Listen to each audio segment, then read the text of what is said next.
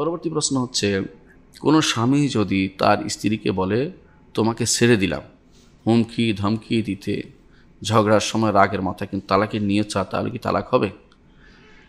একটা শব্দ আছে ছেড়ে দিলাম। ছেড়ে দিলাম শব্দটি কেনায়া শব্দ। কেনায়া অর্থ হচ্ছে যে যেটা সরাসরি তালাক বুঝায় না। কেনায়া অর্থ সরাসরি তালাক শব্দ হইতে হয়। তো কেনায়া শব্দের দ্বারা খালি ইয়েতুন বা রিয়েতুন বা আনতে এই জাতীয় শব্দগুলো তার নিয়তের উপর নির্ভরশীল। ছেড়ে দিলাম অর্থ হলো যদি বলা উদ্দেশ্য ধমক দেয়া, তো ধমকে হবে। আর যদি উদ্দেশ্য হয় যে ছেড়ে দিলাম তোর মারলাম না, আজকে তোকে ছাড়ে দিলাম, তাহলে আল মারে নাই আজকে, এটা বোঝা গেল। আর ছেড়ে দিলাম অর্থ সামান্য নিয়ত থাকে তোকে আমি বাপের বাড়িতে পাঠাই দিলাম, তাহলে এক তালাক হয়ে যাবে। এক তালাক হয়ে যাবে, কমপক্ষে এক তালাক হবে। আর যদি কোনো বলে তিন তালাকের নিয়ত থাকে, তিন তালাক হবে। আর দুই তালাক হলে দুই তালাকের নিয়ত করলে তিন তালাক হয়ে যাবে, অর্থাৎ মাঝখানে নাই, এক তিন হয়ে যাবে সরাসরি। তো এই জন্য এটা তালাকে কেনায়া, যতক্ষণ পর্যন্ত এটাতে নিয়তের সংশ্লিষ্টতা আছে। নিয়তে যদি কোনো তার তালাক না থাকে, তালাক হবে না। যদি তালাকের নিয়ত থাকে, তো এক তালাক অথবা তিন তালাক, দুইটার একটা হয়ে যাবে, যেটা সে নিয়ত করেছে। যদি দুই তালাকের নিয়ত করে, দুই তালাক হবে না, তিন তালাক হয়ে যাবে, অর্থাৎ এক তালাক বা তিন তালাক হয়ে যাবে।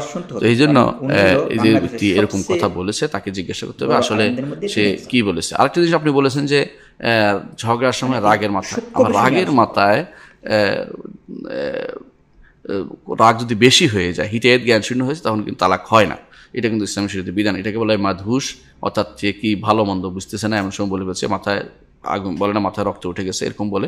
তো এরকম অবস্থায় কিন্তু তালাক হয় না, সে ঠান্ডা মাথায় তালাক দিতে হয়। তো সামান্য রাগে তালাক হয়ে যায়, কিন্তু ওই রাগে তালাক হয় না যে রাগে ভালো মন্দ মানুষ বলতে পারে না, অর্থাৎ সে মুখ দিয়ে কি বের হচ্ছে সে তার ভালো জ্ঞান না থাকে, সেটাকে বলা হয় মাদহুস, অথবা এই জাতীয় অবস্থায় মাতুফ, এই জাতীয় অবস্থায় তার তালাক পতিত।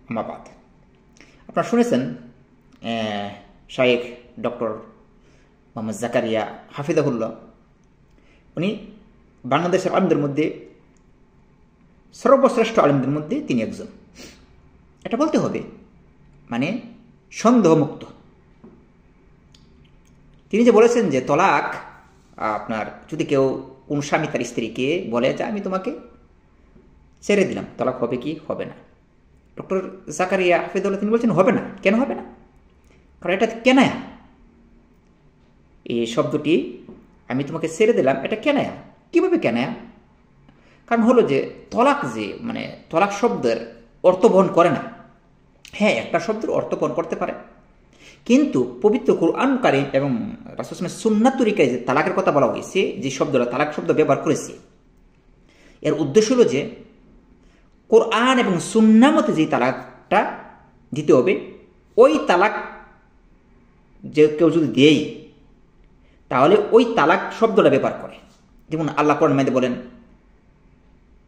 ইদা তাল্লাকতুমুন নিসা আল মুতাল্লাকাতু ইয়াতারাব্বাসনা বিআনফুসিহিন্না সালাসাতা কুরু ইয়া আইয়ুহান নাবিয়্যু ইদা তাল্লাকতুমুন নিসা, এই তালাক শব্দ ব্যবহার করেছে।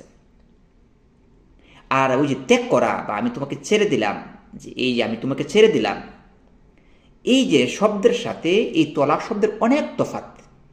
এই জন্য ইমাম যে আমাদের যে ডক্টর জাকারিয়া হাফিজাহুল্লাহ তিনি বলেছেন যে এটা কেন, যদি নিয়ত থাকে যে আমি তোমাকে ছেড়ে দিলাম, যদি নিয়ত থাকে তাহলে তালাক হবে, না হলে হবে না। আর এটা সবচেয়ে শক্তিশালী এবং অধিক গ্রহণযোগ্য ফতোয়া এবং রায়। আর কিছু কিছু আহলুল হাদিসের আলেমগুন বলে যে আমি তোমাকে ছেড়ে দিলাম, এটা তালাক হয়ে যাবে। এই মতটি আমার কাছ থেকে মনে হয় যে এটা অতিশয় একটি দুর্বল মত। আল্লাহু আ'লাম।